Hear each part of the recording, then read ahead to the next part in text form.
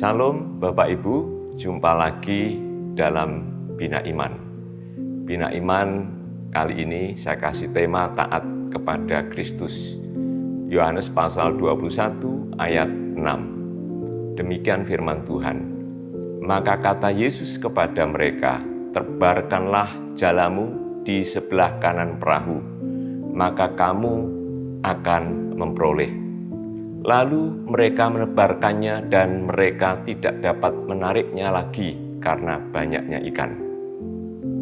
Bapak Ibu yang dikasihi Tuhan, konteks perikop ini merupakan epilog, penutup dari Injil Yohanes.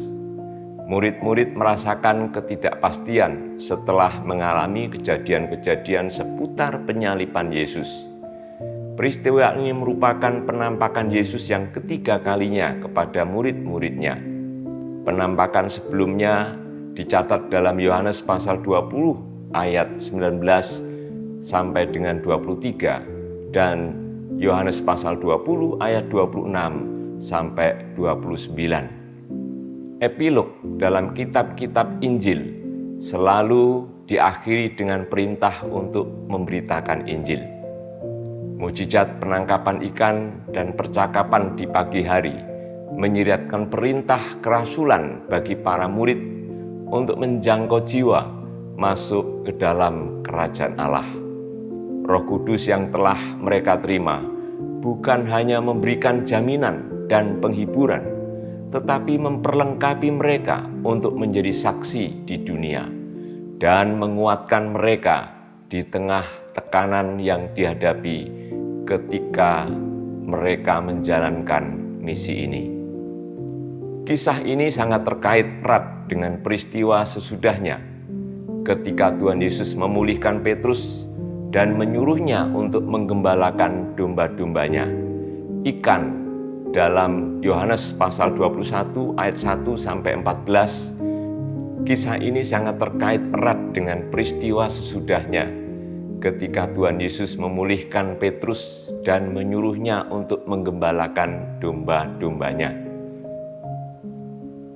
Ikan dalam Yohanes pasal 21 ayat 1 sampai 14 dan domba dalam Yohanes pasal 21 ayat 15 sampai 19 melambangkan pekerjaan gereja.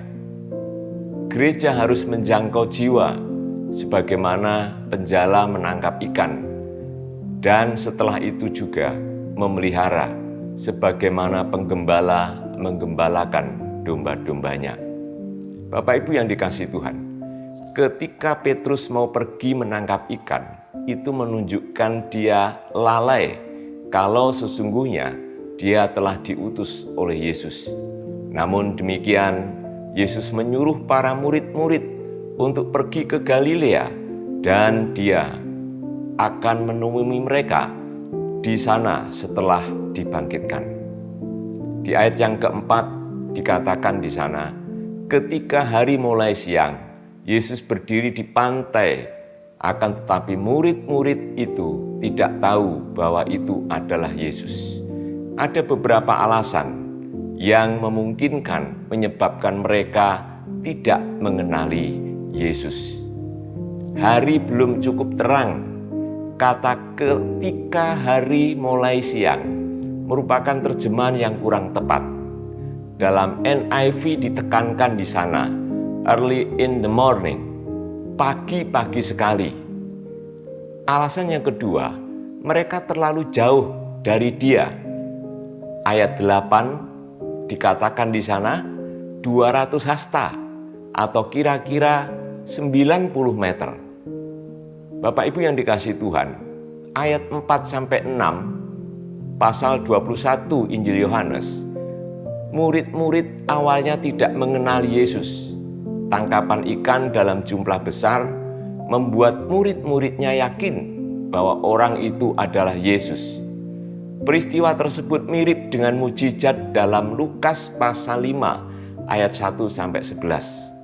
Kejadian ini juga membuktikan bahwa Yesus berkuasa atas alam dan setelah bangkit pun masih bisa melakukan mujizat. Ketaatan kepada Kristus menyebabkan keberhasilan. Jadilah orang Kristen yang taat.